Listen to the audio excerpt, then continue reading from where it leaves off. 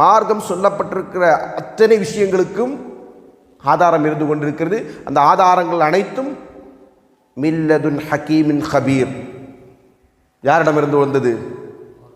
நுட்பமான நுண்ணறிவாளன அல்லாஹ்விடமிருந்து அருளப்பட்டது.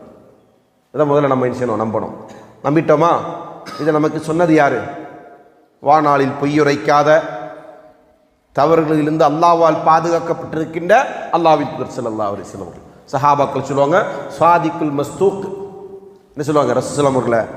அஸ்வாதிக்கல் மஸ்தூக், உண்மையாளர், உண்மைப்படுத்தப்பட்டவர். உண்மையாளர் என்றால் ரசூலுல்லாஹி ஸல்லல்லாஹு அலைஹி வஸல்லம் உண்மையாளர்.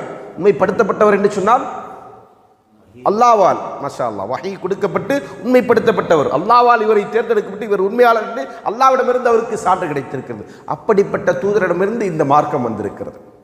அப்போ நாம் என்ன செய்யக்கூடாது? இல்லை, என்னுடைய சிற்றறிவுக்கு எல்லாமே உடன்பட வேண்டும் என்று இல்லை. நான் என்ன செய்கிறேன்? அந்த ஆதாரங்களுக்கு கட்டுப்படுறேன்.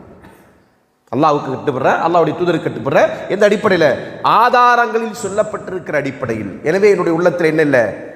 சந்தேகங்கள் இல்லை, சந்தேகத்திற்கு இடமில்லை.